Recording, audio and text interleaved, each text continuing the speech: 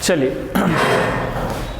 अब मैं सेशन को स्टार्ट कर रहा हूँ। आ जाते हैं वापस अपने सेशंस की तरफ, ठीक है।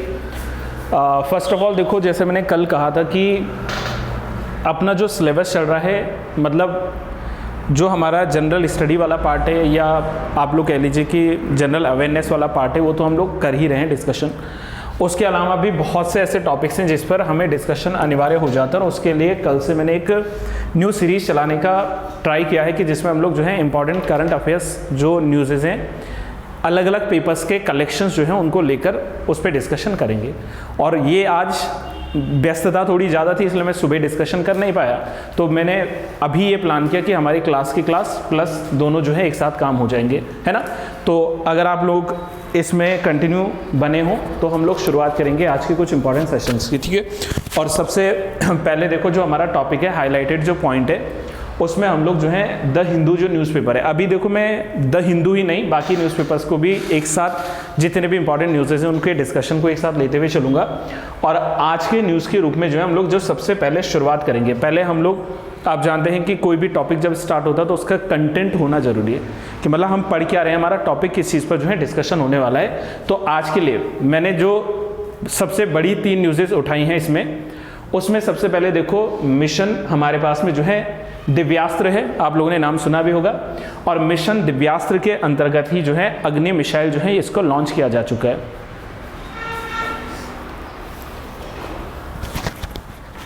नहीं,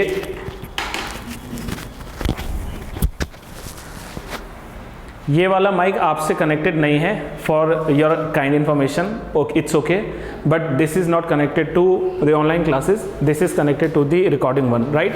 सो if there is still any problem, या ठीक है, कोई दिक्कत नहीं, इसको हम लोग करते हैं इसका, ठीक है। दोनों माइक्स लगा देता हूँ मैं। बाकी किसी को माइक की प्रॉब्लम आ रही है?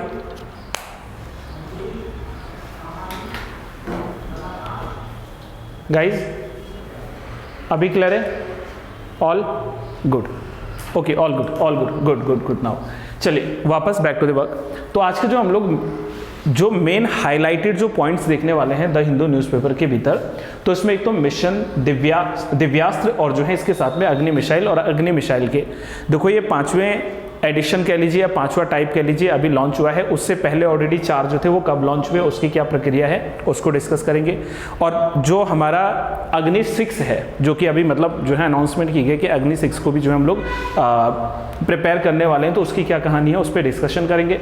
दूसरा, हालांकि ये न्यूज़ लगातार आ रही है, पिछले कुछ न्यूज़पेपर्स में भी आई थी, आज फिर से हाईलाइटेड हुई है, तो इसलिए इलेक्टोरल जो बॉन्ड है, वो इलेक्टोरल बॉन्ड क्यों चर्चा में, उस पर थोड़ा डिस्कशन करेंगे। And the most important one, 2019 में जो CAA आया था, यानी कि सिटीजनशिप अमेंडमेंट एक्ट आया था, आप सबको पता होना चाहिए कि जो रियल या जो ओरिजिनल सिटीजनशिप एक्ट आया था वो 1955 का था, राइट। तो इस 1955 के एक्ट में जो 2019 में अमेंडमेंट आया था, उस अमेंडमेंट में क्या क्या चेंजेस किए गए, अमेंडमेंट के भीतर जो है वो कौन कौन से देश के किन किन जो है समुदाय के नागरिकों को भारत में नागरिकता दी जाने का प्रावधान रखा गया है, उन सब पर हम लोग बेसिक डिस्कशन करने वाले हैं। यहाँ तक के कुछ लाइन अगर अभी तक का कुछ पूछना है, कोई डाउट रखना है, ऑडियो वीडियो को लेकर कोई जो है क्वेश्चन अगर करना है, देन गाइस आप जो है सबसे पहले इसमें बता सकते हैं। यहाँ तक का कुछ पूछना है तो बताओ। श्योर, चलिए तो आज ये सबसे पहले न्यूज़ नंबर 1, अग्नि 5 मिसाइल टेस्ट फ्लाइट सक्सेसफुली, ठीक है। अभी जो है PM मोदी ने ये कहा है कि जो हमारे देश की जो हमारे देश की जो कह लीजिए अग्नि मिसाइल है, अब ये कब से आई थी उस सब पे मैं डिस्कशन करने वाला हूँ। तो ये जो अग्नि मिसाइल है, बैलिस्टिक मिसाइल है, ये अब जो है सक्सेसफुली क्या हो चुकी है, लॉन्च हो चुकी है। और अगर हम लोग बात करें तो ये जो लॉन्च की गई है, इसको भारतीय कह लीजिए जो हमारा DRDO है, ठीक है। DRDO के बारे में आपने सुना है, दैट इज फुल फॉर्म बताओ, लिखा है defence research and development organisation, that is the DRDO। तो इस DRDO के द्वारा जो है इस फ्लाइट को जो है सक्सेसफुली लॉन्च किया गया है। अब सवाल आता है कि लॉन्च कहाँ से हुआ, तो आप लोगों ने APJ Abdul Kalam testing centre का नाम सुना होगा, जो कि उड़ीसा के जो है पास में पड़ता है। तो यहाँ से जो है उड़ीसा से इसको जो है सक्सेसफुली लॉन्च कर दिया गया है। ये हम लोग को इसलिए इंपॉर्टेंट याद रखना है बिकॉज ऑफ कि ये प्राउड मूवमेंट है, न सिर्फ DRDO के लिए, लेकिन जो है हम लोग कहेंगे कि पूरे इंडिया के लिए एक ऐसा प्राउड मूवमेंट है जहां पर ये जो मिशन है, ठीक है। अब देखो मिशन को मैंने टॉप में आप लोगों को बता दिया था कि इस मिशन को नाम दिया गया है दिव्यास्त्र। जैसे शस्त्र अस्त्र होते हैं ना, वैसे दिव्यास्त्र है। ये क्या है, अपने आप में एक दिव्यास्त्र है। तो ये दिव्यास्त्र के रूप में जो है इसको लॉन्च किया गया है। और ये ऐसा, it was the first flight test of the indigenously development जो है हुआ है किसका, अग्नि 5 का। मतलब पूर्ण रूप से स्वदेश निर्मित ये मिसाइल है, इंडिजिनस है, यानी कि हम लोगों ने जो है इसके सभी कह लीजिए जो भी पार्ट्स है या जो भी इसमें लगा है, चाहे टेक्नोलॉजी की बात करें, लागत की बात करें, तो वो कंप्लीटली जो है इंडिजिनस है। और इंडिजिनस होने के नाते ये हमारे लिए जो है एक प्राउड मूवमेंट रहने वाला है। तो इसलिए जो है हमारे पास में अग्नि 5 मिसाइल जो है वो चर्चा का विषय बना हुआ है। दूसरा, ये जो अग्नि 5 जो मिसाइल है ये एक बैलिस्टिक मिसाइल है, ठीक है। अब आप मुझे पहले ये बताइए कि अग्नि जो मिसाइल है, चाहे वो 1st, 2nd, 3rd, 4th, 5th या अपकमिंग जो 6th है, वो कौन सी मिसाइल है? मतलब surface to surface, surface to air, या फिर एयर टू एयर, या फिर हम लोग कह लेते हैं कि ये ओवरऑल मिसाइल है। एनीथिंग जो आपको याद है कि भाई जो हमारी अग्नि मिसाइल है वो कैसी है, सरफेस टू सरफेस जो है हिट करता है, या सरफेस टू एयर हिट करता है, या फिर जो है एयर टू एयर हिट करता है। जल्दी से इसका आंसर कीजिएगा। मल्टी है, ठीक है, मल्टीपल वॉर हेड से, चलो ठीक है। ओवरऑल है, और कोई कुछ कहना चाहेगा? Air to air, no, air to air नहीं। मीनाक्षी आंसर दे दें।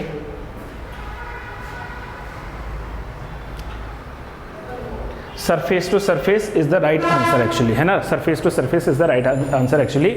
और इसका देखो जो लास्ट जो कंडक्ट हुआ था ना अग्नि 5 का, जो मतलब टेस्ट हुआ था लास्ट टाइम, वो वर्ष 2012 में हुआ था। तो ये न्यूज़ के चलते हमारे पास में देखो 2-3 चीज़ें हाईलाइट करने के पॉइंट से, सबसे पहला तो ये है कि ये दिव्यास्त्र जो है वो है कैसी मिसाइल है और किस तरीके से ये काम करती है, ठीक है। उसी न्यूज़ को जो इंग्लिश में है उसी को मैंने इसमें जो है हिंदी में कन्वर्ट किया है ताकि आप इसको जो है अच्छे से समझ सको, ठीक है। अब जरा एक बार सुन लेना इसको कि रिसेंटली जो है पीएम मोदी ने मिशन दिव्यास्त्र की सफलता की जो है घोषणा कर दी है। और ये ऐसी घोषणा कल, ठीक है, सोमवार यानी कि कल था 11 मार्च 2024 को, तो एक अग्नि मिसाइल के सफल परीक्षण की घोषणा करते हुए, ठीक है, यहाँ पर जो भारतीय कह लीजिए डिफेंस में जो कारगर साबित होने वाली हैं, इसके लक्ष्यों को जो है यहाँ पर क्या किया गया, एक महत्वपूर्ण हथियार के रूप में सक्षम होने की घोषणा जो है पीएम मोदी ने की है ना। मिशन दिव्यास्त्र नामक जो ये उड़ान परीक्षण है, उड़ीसा के डॉक्टर एपीजे अब्दुल कलाम द्वीप से हुआ है। जो मैंने न्यूज़ का पेस्ट की थी उसी का जो है पार्ट यहाँ पर हम लोगों ने बताया है। और इसके साथ में जो हमारी डीआरडीओ की टीम है, डीआरडीओ ने एक बयान में ये कहा है कि ये जो विभिन्न टेलीमेट्री और रडार स्टेशनों ने कई पुनः प्रवेश वाहनों को ट्रैक करने और निगरानी रखने की क्षमता के साथ में है, इसको तैयार किया है। देखो आप जानते हैं कि जो हमारे राडार सिस्टम है, इन राडार सिस्टम पर आसानी से कोई भी, मतलब मान लीजिए आउटसोर्स से अगर कोई मिसाइल हमला करती है तो राडार के क्या आ जाती है, लपेटे में, या राडार के जो है कह सकते हैं कि निगरानी क्षेत्र में आ जाती है। और इन सबको जो है मात देने वाला हमारे पास में क्या है, ये अग्नि मिसाइल है। अग्नि मिसाइल को रक्षा अनुसंधान और विकास संगठन दैट इज डीआरडीओ के द्वारा डिजाइन किया गया है, इनके द्वारा विकसित किया गया है। और अग्नि 5 के साथ साथ भारत की जो स्वदेश रूप से विकसित मिसाइल ने है, इसने एक लंबा सफर जो है तय करने का प्रयास यहां से आरंभ कर दिया है। और आप सब इस बात को जो है प्रारंभ से ही जानते कि जो हमारे पास में ये अग्नि मिसाइल है, ये अग्नि मिसाइल पहली बार लॉन्च कब हुई थी? एनीवन? First time? नो? चलिए इस पे भी डिस्कशन कर लेते हैं। देखो अगर अग्नि मिसाइल के प्रथम संस्करण की बात करें तो 1989 की तरफ आपको जो है एक बार चलना पड़ेगा। अभी मैं उस सब पे वापस आ रहा हूं, पहले एक बार इसके जो है बेसिक्स देख लीजिए। देखो जैसे अग्नि सीरीज जो है, चाहे वो 1 से लेकर 5 तक चलो, 1 से लेकर 6 तक चलो, तो इसका जो डिजाइनर है या जिसने इसको प्रिपेयर किया है that is DRDO. Answer is very simple. इसके मैन्युफैक्चरर की बात करें, जिसने इसका मैन्युफैक्चरिंग किया है, जिसने इसका विनिर्माण किया है, मैन्युफैक्चरिंग जो है वो है भारत डायनामिक्स लिमिटेड। और ये इंपॉर्टेंट है गाइज, यहां से सवाल शायद बन सकेगा कि किसने जो है इसको बिल्ड किया है, मैन्युफैक्चरर कौन है? तो मैन्युफैक्चरर भारत डायनामिक्स जो है लिमिटेड है। दूसरा, इस मिसाइल को बनाने के लिए जो टोटल यूनिट कॉस्ट आई है, जो अग्नि 5 है, तो उसमें लगभग जो है 50 करोड़ रुपीस आए हैं। अगर यूनाइटेड स्टेट्स डॉलर की बात करें तो $6 मिलियन के साथ, यानी कि अराउंड 50 करोड़ के साथ जो है इसमें टोटल खर्चा आया है, टोटल इसकी लागत आई है। इसके वजन, इसके भार या इसके मास की बात करें तो इसका मास जो है लगभग ये कितना है, 50,000 to 56,000 kgs के आसपास में। एक और चीज, इसकी जो टोटल लेंथ है, अब ये थोड़ा सा जो है आप समझ लीजिए, बहुत ज़्यादा जो है इतना इंपॉर्टेंट है नहीं याद करने के लिए। इसका जो लेंथ है वो 17.5 मीटर्स के पास में है। इसका जो टोटल व्यास है, टोटल जो डायमीटर है, वो टोटल डायमीटर लगभग 2 मीटर्स के आसपास है, या 6 फीट एंड 7 इंचेस के आसपास है। इसमें वॉर हेड की अगर बात करें, ठीक है, वॉर हेड कितना कैरी करता है, तो ये एक जो है स्ट्रेटेजिक न्यूक्लियर वेपन की तरह काम करेगा और लगभग जो है इसमें 10 से लेकर 12 जो हमारे पास में क्या है मिसाइल्स हैं या जो उपकरण है वो वॉर हेड कैपेसिटी को अपने साथ में कैरी करने की क्षमता रखेगा। अगर वॉर हेड वेट की बात करें तो इसमें लगभग हम लोग जो है 3000 से 4000 किलोग्राम्स के रूप में जो है यहाँ पर देख सकते हैं कि इसका वॉर हेड जो है वेट आता है। इंजन की बात करें तो 3 स्टेज जो है सॉलिड इंजन के रूप में, सॉलिड रॉकेट के रूप में ये काम करेगा और इसके फ्यूल या प्रोपेलेंट की बात करें तो प्रोपेलेंट में जो इसमें सॉलिड फ्यूल जो है वर्क करने वाला है, ठीक है। ये इसके कुछ मतलब बेसिक फीचर्स हैं, बेसिक जो है इसके डायनेमिक्स हम लोग जान सकते हैं कि यहाँ पर आते हैं। इसके अलावा सबसे इंपॉर्टेंट जो आपसे पूछा जाएगा, जो आपने याद भी करना है, दैट इज कि इसका ऑपरेशनल रेंज कितना है, मतलब इसकी मारक क्षमता कितनी है।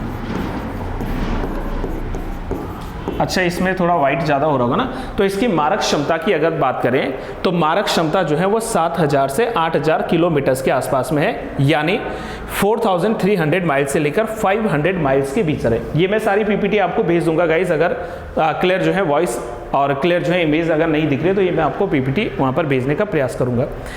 इसका अगर मैक्सिमम स्पीड की बात करें गाइज, ये इंपॉर्टेंट है, तो मैक में अगर इसकी स्पीड देखें तो इसकी स्पीड जो है वो लगभग 25 मैक के आसपास जो है होने वाली है। 25 मैक का मतलब क्या है, लगभग 30,600 किलोमीटर्स पर आवर के हिसाब से जो है ये गति करने वाला है, या फिर हम लोग यहाँ पर कह सकते हैं कि ये जो है मैक 25 की स्पीड से जो है गति करने वाली एक मिसाइल है। अब जैसा मैंने आपसे कहा, ये वाला मिल जाएगा, जैसा भी मैंने आपसे कहा कि जो हमारे पास में अगली मिसाइल है इसके कई चरण रहे हैं, ठीक है। अभी देखना जरा आप लोगों को स्क्रीन क्लियर दिख पा रही है कि नहीं ऑनलाइन में, चेक करिए गाइस। अच्छा, स्क्रीन नाउ सबसे पहले यदि हम लोग अब इसमें बात करें तो वो है अग्नि फर्स्ट, क्योंकि अग्नि के जो है कई चरण रहे हैं अलग अलग, है ना। तो अग्नि फर्स्ट की यदि बात करें तो डीआरडीओ के द्वारा 1989 में अग्नि 1 जो मिसाइल थी उसको जो है लॉन्च किया गया था, और जो उस समय अग्नि मिसाइल की जो 5 श्रृंखलाओं की बात की गई थी, उन श्रृंखला में ये पहली जो है मिसाइल के रूप में कार्यरत थी। डन। दूसरा, इसके अलावा जो है यह एक परमाणु सक्षम मिसाइल है जो लगभग 1000 किलोग्राम तक का जो है पेलोड कैरी करने की क्षमता रखती है, और इसके रेंज जो थी उस समय वो लगभग कितनी थी, 7000 किलोमीटर थी। सिर्फ अग्नि 1 की मैं बात कर रहा हूँ। तो अग्नि 1 की अगर हम लोग जो है पेलोड क्षमता देखें तो इसकी पेलोड क्षमता जो है वो लगभग 1000 किलोमीटर, और लगभग इसकी मारक क्षमता यानी कि इसकी टोटल रेंज की बात करें तो इसकी मारक क्षमता जो है वो लगभग कितनी रही है, दैट इज 700 किलोमीटर के आसपास। दूसरा यदि बात करें तो वो आता है हमारे पास में अग्नि 2 मिसाइल, और अग्नि 2 मिसाइल जो है इसको वर्ष 1999 में पहली बार इसका परीक्षण किया गया था। इसको जो है परीक्षण के रूप में 1999 में भेजा गया था, और इसमें जो है अग्नि 2 जो है एक मध्यवर्ती दूरी की बैलिस्टिक मिसाइल थी जो लगभग 1000 किलोग्राम का पेलोड जो है इसको ले जा सकती थी, और सतह से सतह पर मार करने वाली यह मिसाइल, शुरुआत में मैंने यही बोला था आपसे कि ये सरफेस टू सरफेस है, सरफेस टू एयर है, या एयर टू एयर है। तो ये सरफेस टू सरफेस जो है मिसाइल के रूप में काम करती है। तो सतह से सतह पर मार करने वाली यह मिसाइल जो है वो लगभग 20 मीटर लंबी है, और इसकी जो मारक क्षमता थी वो लगभग 2000 से 2500 के आसपास जो है हो गई थी। दोनों में डिफरेंस देखो, अग्नि 1 की जो मारक क्षमता थी वो 700 किलोमीटर थी, अग्नि 2 की मारक क्षमता बढ़ाकर 2000 से लेकर 2500 किलोमीटर तक कर ली थी, और 2 चरणों में जो है ये मिसाइल जो थी वो उन्नत उच्च सटीकता और नेविगेशन प्रणाली के साथ जो है उसको बनाया गया था या सुसज्जित किया गया था। ये अग्नि 2 था। आपको फिलहाल डेट से इंपॉर्टेंट याद रखना है कि कौन कौन सी डेट में कब ये आई थी। तीसरा हमारे पास में जो आई थी वो था अग्नि 3। हम लोग अग्नि 5 का देख रहे हैं ना करंट न्यूज, तो उसमें अग्नि 3 का देख लीजिए। अग्नि 2 के जस्ट बाद अग्नि 3 जो है ये भी मीडियम, मध्यवर्ती मीडियम, तो मीडियम जो है रेंज की मध्यम दूरी की बैलिस्टिक मिसाइल है, और ये लगभग 3500 किलोमीटर की मारक क्षमता रखती है। 700 हुआ, उससे धीरे धीरे बढ़ाकर 2500 किया, और 2500 से बढ़ाकर अब 3500 किलोमीटर तक जो है मार करने वाली ये मिसाइल बनाई गई। इस मिसाइल में अगर हम लोग बात करें तो इसका पेलोड कैपेसिटी जो था वो लगभग जो है 1500 किलोग्राम कर दिया गया। अग्नि 3 मिसाइल की जो सर्कुलर एरर प्रॉब्लम चल रही थी, यानी कि जो CEP चल रही थी, वो करीब 40 मीटर की थी और इस मिसाइल को वर्ष 2000 जो है 11 में एकीकृत रूप से जो है सशस्त्र बलों को, यानी कि जो हमारे डिफेंस फोर्सेज हैं, जो हमारे जो है आर्म्ड फोर्सेज हैं, इन आर्म्ड फोर्सेज को क्या कर दिया गया था, प्रस्तावित कर दिया गया था या दे दिया गया था। ये अग्नि 3 मिसाइल के बारे में जानकारी आती है। अग्नि 4 की रेंज को फिर से बढ़ाया गया और इसकी रेंज अब बढ़ाकर जो है 4000 किलोमीटर के आसपास ले आया गया। 20 मीटर लंबी इस मिसाइल में लगभग 1000 किलोग्राम का पेलोड कैपेसिटी था और इसे जो है रोड मोबाइल लॉन्चर से दागा जा सकता था। जो रोड मोबाइल लॉन्चर्स का मतलब होता है कि जैसे मान लीजिए कि हम लोग जो है इसको बाई सरफेस जो है रोड मोबाइल जो लॉन्चर्स होते हैं उनके थ्रू जो है क्या कर सकते हैं, फायर कर सकते हैं, दागने का जो है इसको काम कर सकते हैं। इसका जो परीक्षण की बात करें तो 2012 में जो है अपने परीक्षण के दौरान अग्नि 4 ने 20 मिनट में लगभग 3000 किलोमीटर से भी अधिक की दूरी जो है तय कर ली थी, क्योंकि हमारा जो है उसकी मारक क्षमता ही हमने 4000 बढ़ाकर रखी हुई थी, तो 3000 जो है किलोमीटर से ऊपर इसकी मारक क्षमता ऑलरेडी आप लोग देख सकते हैं। और अग्नि 4 मिसाइल को पहले अग्नि 2 जो है प्राइम भी कहा जाता था। इट वॉज ऑल्सो कॉल्ड अग्नि 2 प्राइम। ठीक है, जैसे अग्नि 2 था तो अग्नि 2 प्राइम इसको कहा गया। और अंत में जिस मिसाइल की हम लोग अभी बात कर रहे हैं दैट इज अग्नि 5, और अग्नि 5 मिसाइल जो है इसके बेसिक्स मैंने आपको बता दिए हैं। दैट इज अग्नि 5 एक अंतर महाद्वीपीय, इंटर जो है हम लोग कह सकते हैं कॉन्टिनेंटल क्या है, बैलिस्टिक मिसाइल है जो बहुत ही उच्च सटीकता के साथ, आप जरा इसकी मारक क्षमता देखना गाइस, 5000 किलोमीटर से अधिक दूरी जो है तय कर सकती है। 5000 किलोमीटर की जो है इसकी मारक क्षमता है, जो कि एक बड़ा अचीवमेंट है हम लोगों के लिए। 3 चरणों में बनने वाली यह मिसाइल जो है वो 17 मीटर जो है लेंथ में लंबी है और लगभग 1.5 टन जो है परमाणु हथियार ले जाने में सक्षम है, उसको जो है कैरी कर सकती है। ये चीन के सबसे उत्तरी भाग सहित लगभग पूरे एशिया और लगभग जो है पूरे यूरोप के कुछ क्षेत्रों को अपनी जो है हड़ताली सीमा के अंतर्गत ला सकती है। मतलब अगर हम लोग इंडिया से मिसाइल को लॉन्च करेंगे तो ये चाइना वाला पार्ट, इवन एशिया का जो कंप्लीट पार्ट है, ठीक है, यूरोप वाला जो पार्ट है, तो यहाँ तक जो है ये मतलब जो है हम लोग क्या कर सकते हैं, रेंज इसकी मान सकते हैं कि एशिया, यूरोप और जो है चाइना के उत्तरी वाले भाग में जो है वहां तक अपनी पूरी कैपेसिटी रखती है, पूरी रेंज रखती है। ठीक है, इसके अलावा इसमें MIRV जो टेक्निक है इससे जुड़ने के कारण इसकी सटीकता और इसका जो लक्षित हमला करने की जो क्षमता है वो और अधिक जो है यहाँ पर बढ़ जाती है और मिसाइल के वॉरहेड को कई री एंट्री वाहनों में जो है विभाजित किया जा सकेगा। इसलिए एक ही मिसाइल से कई हथियार जो है इससे दागे जा सकते हैं। इसीलिए हमने इसको जो है कहा था कि ये मल्टी जो है फंक्शनल एक मिसाइल के रूप में काम करने वाली है। मल्टी मतलब उसमें जो है एक से ज्यादा हथियार को जो है आप लोग दाग सकते हो। ये अग्नि 5 के बारे में कुछ बेसिक्स जो है जानकारियां थी। अब देखो जो प्रस्तावित है, मैंने कहा था ना कि हम करंट की न्यूज जरूर उठाकर चलेंगे, लेकिन वो पूरा ट्रेडिशनल पार्ट थोड़ा डिटेल्ड पार्ट रहेगा। अब इसमें जो है वो ये है कि जो अग्नि 6 है ये DRDO के द्वारा जो है कथित तौर पर अग्नि 6 जो है विकसित करने का भी दावा किया जा रहा है और इसके शुरुआती चरण की जो है वहां पर शुरुआत हो चुकी है, ऐसा जो है DRDO का मानना है। इस मिसाइल की जो है 3 टन के परमाणु पेलोड करने की क्षमता रहेगी और साथ साथ में इसकी मारक क्षमता को बढ़ाकर लगभग 9000 से 12000 के आसपास किए जाने का जो है प्रस्ताव है। अभी जो हमारे पास में अग्नि 5 है उसकी क्षमता कितनी बताई, उसकी क्षमता हम लोगों ने पढ़ी है लगभग 5000 किलोमीटर। अब देखो लगभग 2 गुना कर देंगे उसको, लगभग जो है 9000 से लेकर 1200 किलोमीटर के बीच की मारक क्षमता जो है इसकी रहने वाली है। ये हमारे पास पहली न्यूज़ थी। अब आप लोग बताएं कि इस पहली न्यूज़ को लेकर कोई लाइन पूछनी है, कोई प्रश्न पूछना है। रेखा, रूपा, कुलदीप, गैलेक्सी M1, M11, किसी ने कुछ पूछना तो बताओ। ठीक है, चलिए ठीक है, वापस आइए, है ना, थोड़ा डिटेलिंग जरूर है। स्टिल कुछ पार्ट इसका दब रहा है, शायद मैं स्क्रीन पे देख पा रहा हूँ।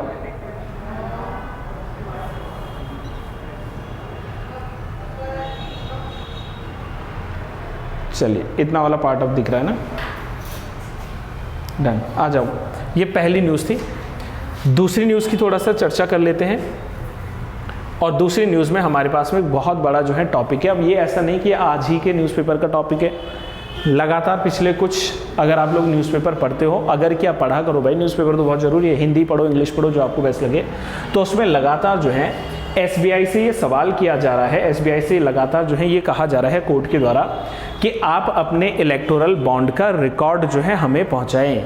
इलेक्टोरल बॉन्ड क्या होता है, इलेक्टोरल बॉन्ड के तहत अभी विवाद क्या चल रहा है, थोड़ा हम लोग जो है इस पर क्या कर सकते हैं, डिस्कशन कर सकते हैं। देखो अब यहाँ पर आप लोग जानते हैं कि वर्ष 2019 में जो इलेक्टोरल बॉन्ड स्कीम जो स्टार्ट हुई थी, इसको लेकर अभी प्रीवियस कुछ दिनों में जो है सुप्रीम कोर्ट ने जवाब मांगा था कि आपको जो है एसबीआई को क्या करना पड़ेगा, ये सारे जो भी इलेक्टोरल बॉन्ड्स बेचे गए हैं उनका जो है रिकॉर्ड्स देना पड़ेगा सुप्रीम कोर्ट के पास में, उसके आंकड़ों को जो है सुप्रीम कोर्ट के पास में रखना पड़ेगा। और उस बात को लेकर अब हो क्या रहा था कि जो हमारे पास एसबीआई है, उस एसबीआई ने समय मांगा था सुप्रीम कोर्ट से कि एटलीस्ट आप हमें 30 जून तक का समय दीजिए। लेकिन यहाँ पर जो है इनकी जो ये मतलब कह लीजिए ना, जो इन्होंने आवेदन किया था या कह लीजिए जो मांग की थी, तो उसको सुप्रीम कोर्ट ने क्या कर दिया है, उसको मना ही कर दी है। अब सवाल बस ये था कि ये इलेक्टोरल बॉन्ड वास्तव में होते क्या, और इलेक्टोरल बॉन्ड जो है इसके पीछे विवाद क्यों स्टार्ट हो रहा था। देखो विवाद के लिए अगर चलें तो कई तरीके के हो सकते हैं।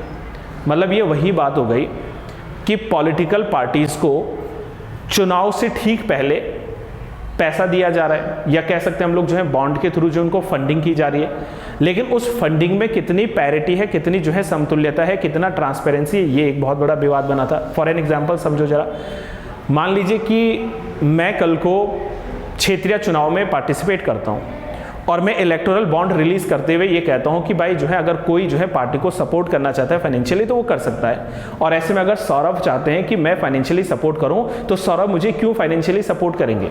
सोचो, सौरभ भी चाहता होगा ना कि कल को अगर इनके पास सत्ता आ जाए तो उससे मेरा बेनिफिट होगा। और बड़े बड़े जो हमारे पास में कह लीजिए जो भी मतलब, अब नाम नहीं लूंगा पर्टिकुलरली, लेकिन कई ऐसे फर्म है, कई ऐसी कंपनीज हैं जो सरकार को लगातार जो है बड़े अमाउंट में क्या कर रहे हैं, इलेक्टोरल बॉन्ड खरीद रहे हैं, उनको पैसा सप्लाई कर रहे हैं। और बदले में एक्सपेक्टेशंस यही है कि भाई सरकार जो है भविष्य में उनके जो है बेनिफिट के अंतर्गत कार्य करेगा। तो इन सारी व्यवस्थाओं से बचने के लिए जो है यहाँ पर जो है सुप्रीम कोर्ट, यहाँ पर जो है हमारी जो सुप्रीम कोर्ट की जो बेंच बैठी है चंद्रचूड़ जी के अंतर्गत, तो उन्होंने ये घोषणा किया था कि ये असंवैधानिक है, इसको तुरंत जो है बंद कर दिया जाए। और उसके बाद से लगातार जो है ये मुद्दा चल रहा था कि वास्तव में चुनावी बॉन्ड है क्या और चुनावी बॉन्ड किस तरीके से काम करता है। तो मैंने इसलिए ट्रेडिशनल वाला पार्ट इसका उठाया है कि वास्तव में चुनावी बॉन्ड होता क्या है। समझना जरा ध्यान से। चुनावी बॉन्ड प्रणाली को वर्ष 2017 में एक वित्त विधेयक के माध्यम से जो है केंद्र सरकार के द्वारा प्रस्तुत किया गया था या पेश किया गया था, होल्ड ऑन, और इसे जो है वर्ष 2018 में जो है लागू किया गया था। और इसके भीतर होता क्या है कि जो डोनर होता है, जो भी मतलब वहां पर क्या कर रहा है, डोनेशन कर रहा है, जो डोनर है, इस डोनर की गुमनामी बनाए रखते हुए जो है वहां पर जितने भी रजिस्टर्ड पॉलिटिकल पार्टीज हैं, मतलब जो पंजीकृत जो राजनीतिक दल हैं, उन पंजीकृत राजनीतिक दलों को दान देने के लिए जो है व्यक्तियों को और संस्थाओं के लिए जो है एक साधन के रूप में जो है काम किया जा रहा था चुनावी बॉन्ड के अंतर्गत। क्या समझे? देखो, चुनावी बॉन्ड में अगर मैं जो है क्या हूं, एक पॉलिटिकल पार्टी हूं रजिस्टर्ड, आप जानते हैं ना कि हमारे पास में जो है कुछ पंजीकृत पॉलिटिकल पार्टीज जो है सेंटर में, तो वो जो पंजीकृत पॉलिटिकल पार्टीज है सेंटर की, अगर उनको जो है कोई मनी या कह लीजिए फाइनेंशियल जो है इंस्टीट्यूशंस के थ्रू कुछ पैसा पहुंच रहा है, तो उसमें कोई इंडिविजुअल दे सकता है, व्यक्ति, कोई संस्था उसको दे सकती है। लेकिन एसबीआई के थ्रू वो जो पैसा जा रहा है, इसमें व्यक्ति की पहचान को छुपाया जाता था, वो गुमनामी की तरह जो है कार्य करता था। ठीक है, अब उसमें मैंने वही कहा ना, वो गिव एंड टेक वाला कंसेप्ट काम कर सकेगा। फॉर एन एग्जांपल मैंने कहा कि भाई मैं अगर सरकार को पैसा दे रहा हूं, तो बदले में सरकार से मैं भी चाहूंगा ना कि मेरी तरफ, मतलब सरकार मेरी तरफ अधिक झुकाव रखे। तो इस बात को लेकर जो है वहां पर जो है ये बॉन्ड लगातार चर्चा में चल रहे थे। अगर चुनावी बॉन्ड के हम लोग थोड़ा सा विशेषताओं की तरफ चलें, तो सबसे पहली विशेषता कि भाई इसको सिर्फ और सिर्फ एसबीआई के द्वारा जो है जारी किया जाता था। इसको जो है 1000 रुपये से लेकर 10,000 रुपये तक, 1 लाख तक, 10 लाख तक और जो है 1 करोड़ रुपए तक के मूल्य वर्ग में जो है बॉन्ड को बांटा गया था।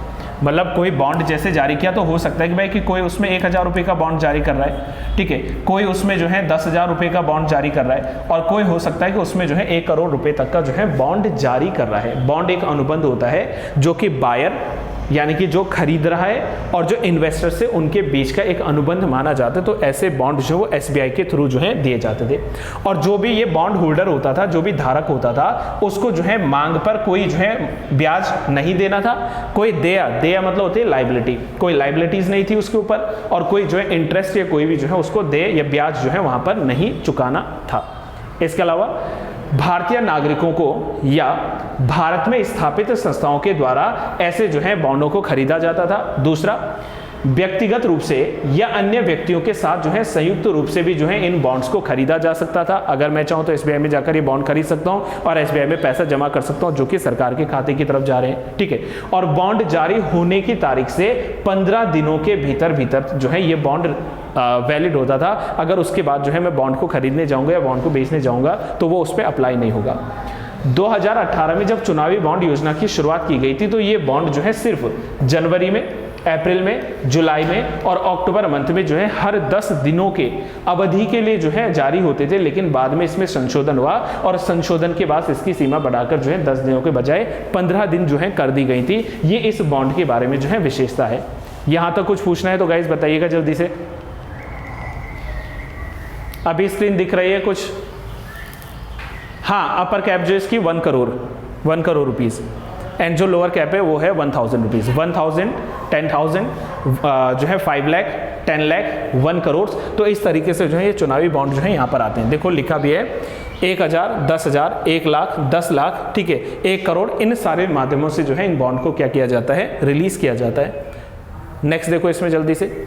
नेक्स्ट इसमें आता है कि ये बॉन्ड केवल वो राजनीतिक दल जो लोक प्रतिनिधित्व अधिनियम 1951 में representation of people's act of 1951, representation of people's act of 1951 की जो धारा 29A के तहत रजिस्टर्ड हैं यानी कि पंजीकृत हैं और जिन्होंने पिछले आम चुनाव में लोकसभा में या राज्य विधानसभा के लिए डाले गए कुल वोटों में से कम 1% वोट हासिल किए हों, सिर्फ वे ही जो है चुनाव वोट पाने के जो है पात्र हैं या बॉन्ड पाने के जो है पात्र हैं। ये जरा मजेदार है गाइस कि जो है किसको जो है चुनावी बॉन्ड पाने के पात्र के रूप में रखा गया, तो वो पॉलिटिकल पार्टीज जिनको रजिस्टर्ड किया गया है under the section 29A of the representation of people's act of 1951 and also जिन्होंने लास्ट जो है इलेक्शन में, जो पिछला इलेक्शन हुआ था उसमें लोकसभा में कम से कम 1% जो है वोट या फिर राज्य विधान जो है सभा के लिए डाले गए वोटों में से कम जो है 1% वोट अगर हासिल किए हो तो ऐसे लोग जो है ऐसी पार्टी जो है इसके लिए एलिजिबल मानी जाती हैं। अब खरीद बेच इसका कैसा होता है ये मैंने पहले भी बता दिया। चुनावी बॉन्ड जो है वो डिजिटल हो सकते हैं या चेक के माध्यम से जो है खरीदे या बेचे जा सकते हैं। इनके जो है इनकैशमेंट के लिए, इनकैशमेंट यानी कि नकदीकरण के लिए, इनके नकदीकरण के लिए केवल राजनीतिक दल के अधिकृत जो बैंक खाते हैं उन्हीं के माध्यम से किया जा सकता है इनकैशमेंट, अदर से नहीं। और सबसे प्रमुख इसमें ये चीज है गाइस कि ये जितना भी कार्य यहाँ पर हो रहा है वो सारा का सारा जो है क्या है, एक तरीके से गुप्त रखा गया था, गुमनामी का जो है ये कार्य रखा जा रहा था। तो इस वजह से इसको अब असंवैधानिक घोषित करते हुए चुनावी बॉन्ड रिलीज करने की जो प्रक्रिया है उसको बंद कर दिया गया है सुप्रीम कोर्ट के नए स्टेटमेंट के अंतर्गत अगर हम लोग लेकर चलें। डन। कुछ और पूछना तो बताओ।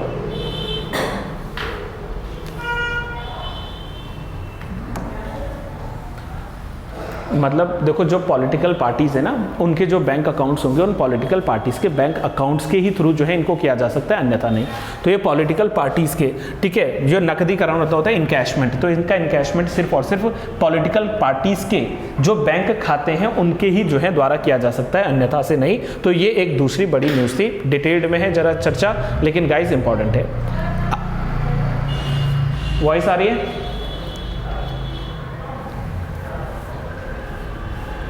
ओके, अब लास्ट एक और न्यूज़ देखते हैं, फिर थोड़ा सा अलग डिस्कशन चलते हैं। अभी जो है हमारी सेंट्रल गवर्नमेंट ने सिटीजनशिप अमेंडमेंट एक्ट जो है उसको पूरे देश भर में लागू करने के लिए एक कह सकते हैं कि संशोधन लाया है या प्रस्ताव लाया है, जिसके अंतर्गत आप सब इस बात को जानते हैं कि ये जो हमारे पास में अमेंडमेंट एक्ट चल रहा है वो चल रहा है 2019 का। अच्छा, मैं इसमें दो चीज़ कवर कर रहा हूँ, जरा ध्यान से सुनना मुझे। दो पार्ट्स को लेकर चल रहा हूँ। एक तरफ तो जो सिटीजनशिप है, इस सिटीजनशिप के लिए जो हमारे संवैधानिक प्रावधान थे, यानी कि जो हमारे कॉन्स्टिट्यूशनल प्रोविजन से, एक तो इनकी तरफ हम लोग चलेंगे और दूसरा जो है 2019 का जो अमेंडमेंट था, इस अमेंडमेंट की प्रमुख बातें क्या थी, यानी कि जो है मुख्य इसके जो है प्रावधान क्या थे। तो इन प्रमुख बातों की तरफ हम लोग डिस्कशन करेंगे दो चीज़ों पे।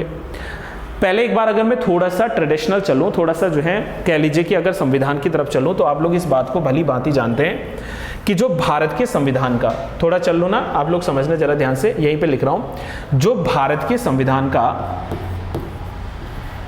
भाग 2 है, पार्ट 2 ऑफ इंडियन कॉन्स्टिट्यूशन जो है भारतीय संविधान का जो भाग 2 है वो किस चीज से संबंधित है? That is related to the citizenship, ये नागरिकता से संबंधित है। और भाग 2 के भीतर अगर नागरिकता प्रावधानों की बात करें तो ये कहां पर जुड़ता है? दैट इज फ्रॉम आर्टिकल 5 टू आर्टिकल 11। ठीक है, मैं अभी देखो इस पे बस एक हल्का सा रिव्यू दे रहा हूं आपको, क्योंकि इस न्यूज के साथ में सिटीजनशिप वाला जो पॉलिटी वाला पार्ट है वो एक्टिव हो गया है। आपको करंट को हमेशा ट्रेडिशनल पार्ट से जोड़ते हुए चलना है। तो जब हम लोग भारतीय संविधान के भाग 2 को पढ़ेंगे तो भाग 2 में हमारे पास अनुच्छेद 5 से लेकर अनुच्छेद 11 तक जो है नागरिकता के प्रावधान होते हैं। अच्छा, कोई इस बात को लेकर कंफ्यूज तो नहीं हो रहा है कि व्हाट इज सिटीजनशिप, या मतलब नागरिकता से क्या मतलब है? देखो कई बार मैं इस बात को बता भी चुका हूं कि नागरिकता सिंपल ऐसा समझा करो कि अगर एक व्यक्ति अनूप नाम का व्यक्ति है और ऑन दिस अदर साइड कोई जो है मान लीजिए ब्रिटिश व्यक्ति है, चाइनीज व्यक्ति है, जापानीज व्यक्ति है, कोई भी फॉरेनर व्यक्ति है, तो अगर वो भी भारत में रह रहा है और मैं भी भारत में रह रहा हूं तो as a citizen of India मेरे पास में कुछ एक्स्ट्रा क्या होंगे? राइट्स होंगे। वो एक्स्ट्रा एडमिनिस्ट्रेटिव राइट्स हो सकते हैं, वो एक्स्ट्रा जो है पॉलिटिकल राइट्स हो सकते हैं, वो एक्स्ट्रा मेरे पास में जो है क्या हो सकते हैं? इकोनॉमिक राइट्स हो सकते हैं, या एक्स्ट्रा मेरे पास में सिविल राइट्स हो सकते हैं। तो मेरे पास अधिकार ज़्यादा होंगे एज कंपेरिजन टू द विदेशी। फॉर एन एग्जाम्पल, जब मैं भारत का संविधान पढ़ूंगा तो भारत के संविधान के भीतर अनुच्छेद 15, ध्यान से सुनना, अनुच्छेद 16, अनुच्छेद 19, अनुच्छेद 29, अनुच्छेद 30, ये सिर्फ और सिर्फ एक भारतीय नागरिक को मिलेगा, किसी विदेशी नागरिक को नहीं। तो मतलब मैं इसलिए जो है इन अधिकारों को होल्ड कर पा रहा हूं या इन अधिकारों को रख पा रहा हूं क्योंकि मैं इंडिया का सिटीजन हूं। अगर मैं इंडियन सिटीजन ना होता, फॉरेनर होता, कोई एलियन होता, तो फिर मुझे ये अधिकार नहीं मिलते। विच मीन्स कि जहां सिटीजनशिप शब्द आता है तो वहां पर जो है अधिकार भी क्या हो जाते हैं? बढ़ जाते हैं, अधिकारों का जो है दायरा बढ़ जाता है। बाकी कॉन्स्टिट्यूशनल्स की तरफ चलूं, जैसे अगर देश में राष्ट्रपति का पद है तो भाई वो सिर्फ भारत का ही नागरिक देश का राष्ट्रपति बन सकता है। खुद सोचो कि भारत के राष्ट्रपति के पद पर क्या हम लोग किसी चाइनीज व्यक्ति को बिठा दें या किसी जापानीज को बिठा दें? नहीं बिठा सकते हो, राइट। जैसे भारत में सुप्रीम कोर्ट के जज हैं, ठीक है, मुख्य न्यायाधीश की बात करो, इंडिया का नागरिक होना चाहिए। हमारे पास में अटॉर्नी जनरल है, हमारे पास में controller and auditor general of India है, भारत के नियंत्रक एवं महालेखा परीक्षक, सिर्फ भारत का नागरिक रहेगा। गवर्नर्स ऑफ द स्टेट हैं, सिर्फ भारत का नागरिक। और ये शायद आपको पता है ही कि किसी भी राज्य का जो गवर्नर होता है उसी राज्य का व्यक्ति नहीं हो सकता। आपने कभी ये सोचा है कि जैसे हमारे राज्य में अभी गवर्नर कौन है उत्तराखंड में? गुरमीत सिंह जी हैं, तो क्या वो उत्तराखंड से हैं? नहीं है ना। तो हमेशा क्या होता है कि जो गवर्नर का पद होता है वो अपने राज्य से नहीं होता, वो दूसरे राज्य से होता है। ये चीज़ एक याद रखना। तो गवर्नर के पद पर इंडियन सिटीजन रहेगा, कोई विदेशी व्यक्ति नहीं रहेगा, कोई फॉरेन पर्सन नहीं रहेगा। मैं थोड़ा डिटेल चला जा रहा हूँ पॉलिटी की तरफ, but don't you worry about that. अभी मैं इस नए आर्टिकल पर वापस आ रहा हूँ। मैं बस ये बता रहा था कि आप सिटीजन शब्द को लेकर परेशान मत होना। Citizen is related to the नागरिक, एंड नागरिक मतलब जिसके पास में विदेशियों की तुलना में अधिक कुछ अधिकार होते हैं, वो क्या आते हैं? भारतीय नागरिक के रूप में कार्यरत होते हैं। Done, okay, hold on.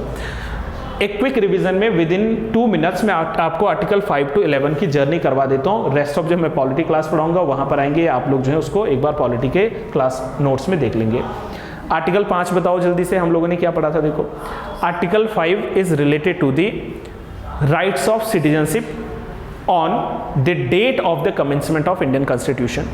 जिस दिन भारत का संविधान बना था उस दिन जो है नागरिक के जो है नागरिकता के अधिकार। अब डिटेल क्या है मैं अभी नहीं जाऊंगा, पॉलिटी वाले सेशन में आएंगे। अनुच्छेद 6 की बात करें, अनुच्छेद 6 की बात करें तो यानी कि पाकिस्तान से भारत आने वाले कुछ व्यक्तियों के नागरिकता के अधिकार हैं, ये भी क्लियर होना चाहिए, ठीक है। और तीसरा, हम लोग अगर अनुच्छेद 7 की तरफ चले तो अनुच्छेद 7 में लिखा है भारत से पाकिस्तान जाने वाले कुछ व्यक्तियों के नागरिकता के अधिकार हैं। अनुच्छेद 8 की बात करें तो अनुच्छेद 8 में लिखा गया है कि जो भारतीय मूल के तो हैं लेकिन वो ओवरसीज है या भारत से बाहर रहते हैं तो उनके नागरिकता के अधिकार कैसे होंगे। अब मैं डिटेलिंग नहीं जा रहा हूं बिकॉज ऑफ आप जानते हैं क्लास का पर्पस वो नहीं है ना, तो वो पॉलिटी वाले पार्ट में हम लोग डिस्कशन जरूर करेंगे। अनुच्छेद 9 की बात करें तो अगर कोई व्यक्ति वॉलंटियरली मतलब स्वेच्छा से किसी दूसरे देश की नागरिकता को ग्रहण करेगा तो उसके भारत देश की नागरिकता उससे छिन जाएगी। अनुच्छेद 9 था। अनुच्छेद 10 कहता है नागरिकता का बना रहना। यदि कोई व्यक्ति भारत का नागरिक है या भारत का नागरिक समझा जाता है तो वो भारत का नागरिक बना रहेगा जब तक संसद कानून के द्वारा उससे उसकी नागरिकता नहीं छीन लेती। This is under article 10 of Indian constitution. And last and the most important is article 11 of the Indian constitution, जो लिखती है कि पार्लियामेंट इज ऑथोराइज्ड किस चीज के लिए, किसी व्यक्ति को नागरिकता देना या किसी व्यक्ति से नागरिकता छीनना। किसको नागरिकता का अर्जन करवाना है, किसको नागरिकता की समाप्ति करवानी है, ये अधिकार जो है भारत की संसद के पास दिया गया है अंडर आर्टिकल 11। और यही तो बात है कि जब अनुच्छेद 11 में ये लिखा गया कि किसको देनी है नागरिकता, किससे छीननी है नागरिकता, तो उसके लिए संसद कानून बनाएगी। और यही कारण था कि हमारी भारतीय संसद के द्वारा वर्ष 1955 में नागरिकता अधिनियम लाया गया। सिटीजनशिप एक्ट जो है, नागरिकता जो अधिनियम है, इस नागरिकता अधिनियम को लाया गया था। और इसी नागरिकता अधिनियम में किसी को नागरिकता देने या उससे नागरिकता के छीने जाने के जो है अधिकारों की बात की गई थी। क्योंकि देखो हम लोग क्या कह रहे हैं कि हम नागरिकता प्रदान कर रहे हैं, ये जो पूरा आर्टिकल है ये नागरिकता देने से रिलेटेड है ना, कि किस व्यक्ति को जो है नागरिकता मिलेगी। लेकिन पता तो चलिए नागरिकता दी कैसे जाती है और छीनी कैसे जाती है। तो उसके लिए 1955 का जो रियल हमारा संविधान के भीतर जो है एक्ट आया था, तो उस एक्ट में लिखा हुआ था कि किसी भी व्यक्ति को 5 आधारों पर क्या दी जा सकती है, नागरिकता दी जा सकती है। बाय बर्थ दी जा सकती है, मन तो बहुत कर रहा है डिटेल जाने के बाद नहीं जाऊंगा। बाय बर्थ यानी कि जन्म से नागरिकता दी जा सकती है ना। दूसरा जो है बाय डिसेंट यानी कि वंश के आधार पर जो है उसको दी जा सकती है नागरिकता। तीसरा आता है बाय रजिस्ट्रेशन यानी कि जो है पंजीकरण के आधार पर। चौथा आता है उसमें बाय नेचुरलाइजेशन यानी कि प्राकृतिकरण या देशीकरण के आधार पर। एंड लास्ट आता है इसमें 5वें में, that is by incorporating a territory. किसी क्षेत्र समष्टि या किसी क्षेत्र का जो है समष्टीकरण करने से या किसी क्षेत्र का जो है विलय करने से भी नागरिकता मिल सकती है। ये तो नागरिकता दिए जाने के आधार हैं। डिटेल्ड क्या है, आएंगे उस वाले पॉइंट पे। दूसरा, किसी व्यक्ति से उसकी नागरिकता छीनी कैसे जाएगी, तो नागरिकता छीने जाने के 3 आधार थे। मैं 1955 बता रहा हूं आपको। नागरिकता 3 आधारों पर छीनी जा सकती है, ठीक है। पहला जो है उसमें दैट इज रिनंशिएशन।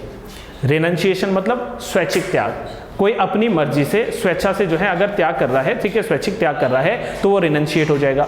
दूसरा देखो, दूसरा हमारे पास में आता है that is the termination. Termination मतलब बर्खास्तगी के कारण हो सकता है। और तीसरा आता है बाय द डेप्रिवेशन, किसी को जो है वंचित करना नागरिकता से।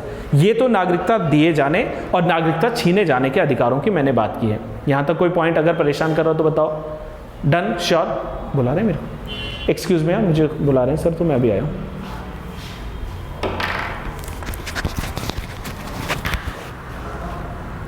ठीक है, वापस आ रहा हूँ। हाँ, तो ये वाला पार्ट तो हो गया कि किसी को नागरिकता दी कैसे जाएगी और उससे नागरिकता छीनी कैसे जाएगी, ठीक है। अभी फिलहाल बेसिक्स के रूप में इतना आप लोग समझ लीजिएगा। अब सवाल आता है कि ये जो हमारा मामला चल रहा था, ये मामला वास्तव में है क्या। देखो, जैसे मैंने आपसे कहा कि जो सिटीजनशिप अमेंडमेंट एक्ट आया था, इस एक्ट को वर्ष 2019 में भारत सरकार के द्वारा या केंद्र सरकार के द्वारा जो है लाया गया था। और जब केंद्र सरकार इस अधिनियम को लाई थी तो उस समय इसमें जो है ये लिखा गया था, या इस समय इसमें जो है ये बातें प्रावधान किया गया था कि पाकिस्तान, अफगानिस्तान और बांग्लादेश से आने वाले जो गैर मुस्लिम हैं, ध्यान से शब्द समझना, जो गैर मुस्लिम शरणार्थी हैं, इनको भारत की नागरिकता देने का जो है ऐलान किया गया था, या भारतीय नागरिकता दी जाने की वहां पर बात की गई थी। उन्हें नागरिकता देने के लिए यानी कि वर्ष 2019 में जो नागरिकता संशोधन अधिनियम लाया था, अब इसको जो है केंद्र सरकार के द्वारा कल, यानी कि जो है कल क्या तारीख थी, 11, कल यानी कि जो है यहां पर 11 मार्च को इन्होंने जो है क्या कर दिया है, अधिसूचित कर दिया है कि इनका जो है हम शीघ्र से शीघ्र जो है इस पर कार्य करने वाले हैं। और ये जो मैंने बताया है कि पाकिस्तान से, अफगानिस्तान से और बांग्लादेश से जो आने वाले शरणार्थी हैं, उन शरणार्थियों में शामिल थे कौन कौन, आप लोग याद करो। उसमें हिंदू शामिल थे, ठीक है, मैं शॉर्ट में लिख रहा हूँ, ऐसा समझ जाना, ठीक है। उसमें सिख शामिल थे, उसमें ईसाई शामिल हैं, इसमें बौद्ध शामिल हैं, जैन शामिल हैं, और इसमें जो है पारसी समुदाय के शरणार्थी जो है ये सारे के सारे शामिल हैं। लेकिन इनका जो है भारत में जो आगमन है वो कितना, 3 देशों से आने वाले जो ये शरणार्थी वो 31 दिसंबर वर्ष 2000 से पहले भारत में आए हो। पहले कह रहा हूं मैं, बाद में नहीं। 31 दिसंबर वर्ष 2014 से पहले भारत में आने वाले 3 देशों से, फिर से वापस चलिए 3 देशों में, पाकिस्तान, अफगानिस्तान और बांग्लादेश से, जो गैर मुस्लिम है, जो मुस्लिम नहीं है, मुस्लिम व्यक्ति को नहीं, गैर मुस्लिम। और ये गैर मुस्लिम में ये पूछेगा कि कौन कौन है, तो उसमें हिंदू है, सिख है, ईसाई है, बौद्ध है, जैन है, पारसी समुदाय है। इनके शरणार्थियों को जो है यहाँ पर क्या दी जाएगी, नागरिकता दी जाएगी, ऐसा प्रावधान इसमें जो है किया गया है। लेकिन क्या ये पूरे भारतवर्ष में अप्लाई होगा? नहीं, इसके कुछ जो है एक्सेप्शन, और इसके एक्सेप्शंस के रूप में जो है 5 एक्सेप्शंस आते हैं। आप बोलेंगे हमने तो 4 ही पढ़े थे, चलो 5वें में भी पढ़ लेते हैं। देखो इनके एक्सेप्शंस में कौन कौन आते हैं, जहां पर इनर परमिट लाइन है ना, तो वो कौन कौन से, देखो अरुणाचल प्रदेश, नागालैंड, मिजोरम और मणिपुर में जो है ये लागू नहीं होता, क्योंकि ये आदिवासी जो क्षेत्र है, यहाँ पर जो है इनर लाइन परमिट होना अनिवार्य है। और इनके अलावा भी आप लोगों ने याद रखना कि जो लक्षद्वीप वाला जो पार्ट है वहाँ पर भी जो है अलाउड नहीं है, लक्षद्वीप वाले पार्ट में, तो वहाँ पर जो है आप लोगों ने ये चीज़ जो है याद रखनी है। और इसलिए जो है ये पूरे का पूरा जो चर्चा में था न्यूज़, वो इसलिए आ गया है कि अब हमारे पास में हिंदू और सिख शरणार्थी जो है इनको भारत की नागरिकता मिलेगी। सिर्फ हिंदू और सिख ही मत याद रखना, उसमें बौद्ध भी आएगा, उसमें जैन भी आएगा, उसमें ईसाई भी आएगा, और उसमें जो है पारसी समुदाय भी आएगा। तो इन सब के लिए जो है यहाँ पर ये व्यवस्था की गई है। यहाँ तक को कोई लाइन पूछने तो प्लीज बता दीजिएगा एक बार, ऑनलाइन में जो लोग मुझे सुन पा रहे हैं, ऑनलाइन क्लास वाले गाइस, ठीक है। वापस रिपीट, 2019 में आया था, ठीक है। मैंने समुदाय बता दिए कि कौन कौन से समुदाय यहाँ पर आएंगे, जो बांग्लादेश से, पाकिस्तान, अफगानिस्तान से भारत आए 2014 से पहले, और उसमें भी 31 दिसंबर, ठीक है। अब जरा समझना कि ये जो नागरिकता संशोधन अधिनियम 2019 था, इस 19 के धारा 2(1)(b) में जो है पेश किए गए प्रावधानों के आधार पर ही जो है इनको क्या किया जाएगा, भारत में नागरिकता के लिए जो है इनको पात्र माना जाएगा, या इनको नागरिकता दी जाएगी। और जो प्राचीन, अगर हम लोग रियल कॉन्स्टिट्यूशन पे चले, रियल एक्ट पे चले 1955 में, तो वहां इनके लिए कंडीशन थी कि आपका भारत में निवास कम से कम 11 साल का होना चाहिए। लेकिन अब जो है इस 2019 के एक्ट ने कह दिया कि 11 साल की नहीं, बल्कि आपको मात्र जो है 5 साल के लिए भारत में क्या करना पड़ेगा, निवास करना पड़ेगा। उसके बाद जो है हम आपको क्या दे देंगे, भारत की सिटीजनशिप यानी कि नागरिकता यहाँ पर प्रदान करवा देंगे। ये हमारे पास में जो है कंसेप्ट आता था। और सबसे प्रमुख लाइन जिसको लेकर मुझे पता है आप कई लोग जो है इसमें कंफ्यूज होंगे, ठीक है, कई लोग जो है उसमें दिक्कत में रहेंगे कि ये इनर लाइन जो परमिट था, इसको जो है ILP इनर लाइन परमिट के नाम से जानते हैं। तो ये इनर लाइन परमिट है क्या चीज, और इसकी शुरुआत कहां से हुई? ऐसा नहीं कि हमने कोई नया कंसेप्ट दिया, इसकी शुरुआत जो है ब्रिटिश एरा से चलती चली आ रही है। जिस समय अंग्रेज भारत में शासन कर रहे थे, तो उस समय नॉर्थ ईस्ट के जो हमारा पूर्वोत्तर भारत है ना, तो वहाँ के जो आदिवासी क्षेत्र थे, तो वहाँ पर जाने के लिए जो है इनर लाइन परमिट का कंसेप्ट ब्रिटिशर्स के द्वारा भारत लाया गया था। ऐसा नहीं है हम लोगों ने आज के टाइम में कोई जो है दिया था। हाँ, मणिपुर ने 2019 में जो है इसको एक्सेप्ट किया, वो अलग चीज़ है, उस पर मैं अभी आने वाला हूँ। देखो, इनर लाइन परमिट एक आधिकारिक यात्रा दस्तावेज होता है। मतलब अगर आपको इन प्रदेशों में, ये जो आदिवासी प्रदेश अगर यहाँ पर जाना है, तो आपके पास में वो इनर लाइन परमिट होना अनिवार्य है। अगर आपके पास में परमिट नहीं है तो आपको उसमें जो है नहीं जाने दिया जाएगा, ठीक है। तो ये एक तरीके से क्या है, एक तरीके से दस्तावेज डॉक्यूमेंट है आपकी यात्रा के लिए, जो किसी भी राज्य के गैर निवासियों को, जो उस राज्य के निवासी नहीं है, मतलब समझो नॉन जो है वहां पर क्या है, रेजिडेंट है, तो वो जो नॉन रेजिडेंट्स वहां पर, रेजिडेंट जो वहां पर रह रहे हैं, तो वहां जाने के लिए या वहां पर रहने के लिए उनके लिए जो है वहां पर इनर लाइन परमिट जो है ILP, इसका होना अति अनिवार्य है। अगर इसको हम लोग और थोड़ा सा आसान भाषा में कहें तो इनर लाइन परमिट जो है वो गैर निवासियों या गैर मूल निवासियों को किसी राज्य में प्रवेश करने की अनुमति देता है, या प्रवेश करने की अनुमति से रोकता भी है। अगर मैं जाना चाहता हूं इन एरियाज में, तो भाई मेरे पास वो परमिट होना चाहिए, अन्यथा मुझे जो है उस एरिया में प्रवेश से रोक लिया जाएगा। अगर हम लोग जो है उत्तर पूर्व की तरफ चले, यानी कि नॉर्थ ईस्ट वाले स्टेट्स में चले, तो नॉर्थ ईस्ट में ये 4 राज्य थे, जैसा कि हमने अभी बताया भी है, नागालैंड, मणिपुर, अरुणाचल प्रदेश और मिजोरम। लेकिन मैंने कहा था कि इनके साथ साथ आपको याद रखना है कि जो लक्षद्वीप के द्वीप हैं, यहाँ पर प्रवेश के लिए जो है इनर लाइन परमिट की आवश्यकता होती है। अनिवार्य रूप से आपको लक्षद्वीप में भी जो है इसके लिए क्या चाहिए, परमिट चाहिए होगा। और यह जो है इनर लाइन परमिट जो होता है वो किसी विशेष राज्य में रहने की अवधि और पहुंच के लिए जो है अनुमति प्राप्त जो क्षेत्र हैं इनको निर्धारित करने का कार्य करता है। और भारत के विभिन्न राज्यों में इनर लाइन परमिट के बारे में जो है जानने के लिए अभी मैं आपको बता ही रहा हूँ, ठीक है, इस लाइन को स्किप कर देना, डोंट वरी।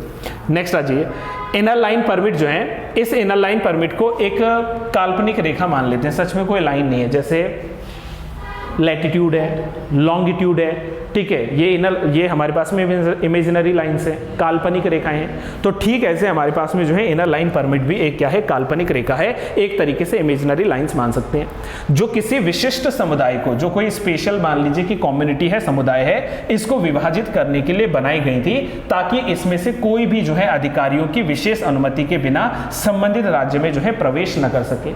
बस सिंपल सी बात है भाई, अगर मेरी क्लास में कोई आना चाहता है तो मैंने उसको आईडी कार्ड दे रखा है, वही आईडी कार्ड उसका इनर लाइन परमिट है कि अगर आपने दरवाजे से अंदर एंटर करना है तो भाई दरवाजे पे जो व्यक्ति चेक कर रहा है इनर लाइन परमिट को, उसको अपना आई कार्ड दिखाओ तो ही प्रवेश मिलेगा, अन्यथा नहीं। तो it is a kind of, अगर आपको किसी प्रदेश में आना जाना है तो उसके लिए आपको जो है इनर लाइन परमिट को दिखाना पड़ेगा, अनिवार्य करना पड़ेगा। और जैसे मैंने आपसे कहा भी है, ठीक है, तो विनियमन अधिनियम, रेगुलेशन होता है विनियमन, जो रेगुलेशन एक्ट है 1873, इसकी धारा 2 के तहत इनर लाइन परमिट शुरू में जो है अरुणाचल प्रदेश में, नागालैंड में और मिजोरम में जो है लागू हुआ था, लेकिन वर्ष 2020 के बाद से इसको मणिपुर राज्य ने भी क्या कर दिया था, इनर लाइन परमिट को जोड़ दिया था। और ये जो इनर लाइन परमिट है, ये विशेष एक दायित्व है जो कि अन्य देशों के बाहरी लोगों के लिए अनिवार्य रूप से मेंशन करता है, और इनर लाइन परमिट संबंधित राज्य की राज्य सरकार के द्वारा जारी किया जा सकता है, और विशेष रूप से केवल यात्रा उद्देश्यों के लिए जो है इसको जारी किया जाएगा, अन्यथा नहीं। तो ये हमारे पास में जो है इनर लाइन परमिट के बारे में कुछ जानकारी आती है।